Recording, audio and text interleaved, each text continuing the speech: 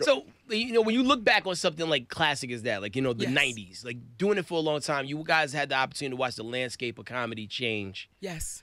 Did you like it more back then or do you like it now? It seems like it's so hard for y'all to do you in the climate that we in because everybody's so sensitive. Well, for me, I loved what we had to go through.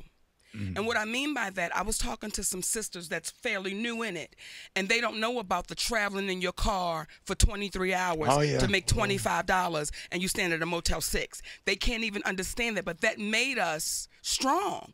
That allowed us to be from the 90s, and now we're in 2019. So that's missing. That part of the road, that part of the, you wasn't worrying about a private jet or private yacht.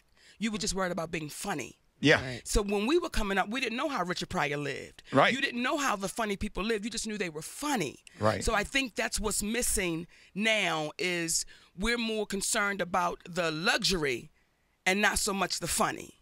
Right. Got you. But what about like content? Like, you know, there's certain things that you could say even 5 years ago. Oh, baby.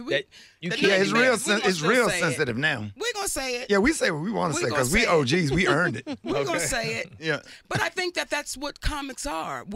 I think we're the medicine to the universe. And the moment you begin to censor that that's tricky to me. It's like that's what we do. A comedian says what you want to say, but you're too afraid to say it.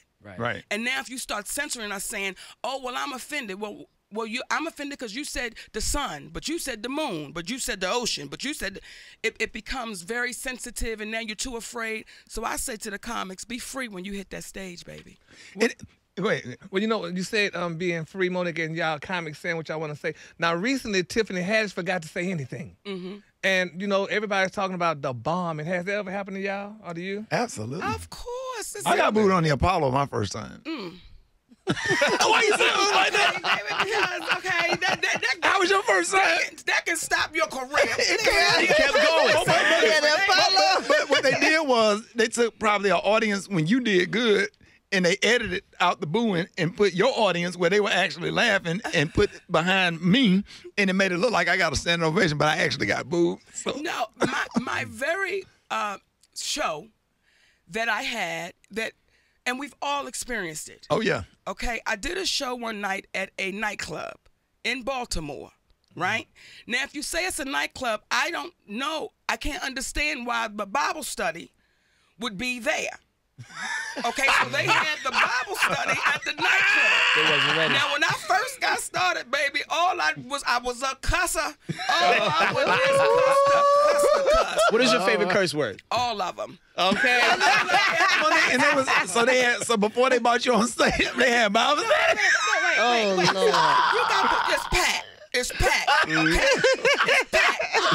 The Bible study is going down. Then they bring me up. Well, the Christian sisters got to looking at me with prayer in their eyes. What they had on? But there were two sisters in the corner that had about 3 glasses of dark liquor.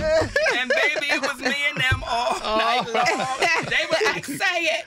Say it. God love your heart. That's right. So, yeah, what did the church people have on in the club? They had on church things. But I was so excited to be performing. Right. You don't even. So you was on 100. Baby, you was waiting for the opportunity. Okay, I was past 100. And for those Christian sisters that are still with us, they will probably say, I remember when that baby first got started. We had to pray over her. Yeah. So did they start booing or they walked out? They didn't start booing. I'm going to tell you what's worse than booing. What? Nothing. Okay, Baby, at least they give you something to work with when they booing. Nothing. They was like this. Man. You never told me about I'm that. gonna do my time What and get my $25. Right. Because that's what I signed up for. Now, how long was your set? Oh, it was too long. Even 5 minutes probably felt like 30. 7 minutes. I didn't realize. This wasn't, you know. But Some on this, you went through all your material. You didn't care.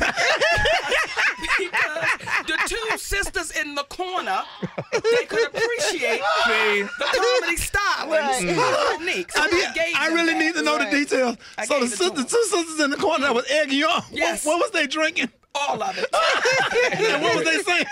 God love your heart. baby. That's right. God know your heart. You tell them.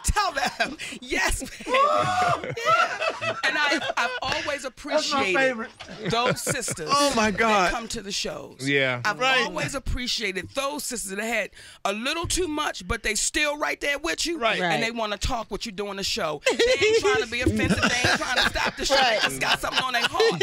And they will bust out Monique. I'd be like, ma'am, I just wanted to say hi to you, baby. That's right. Yeah. That's the funniest story I've heard in years. Yes, baby. It said, God knows your heart. Go knows ahead. your heart, yes.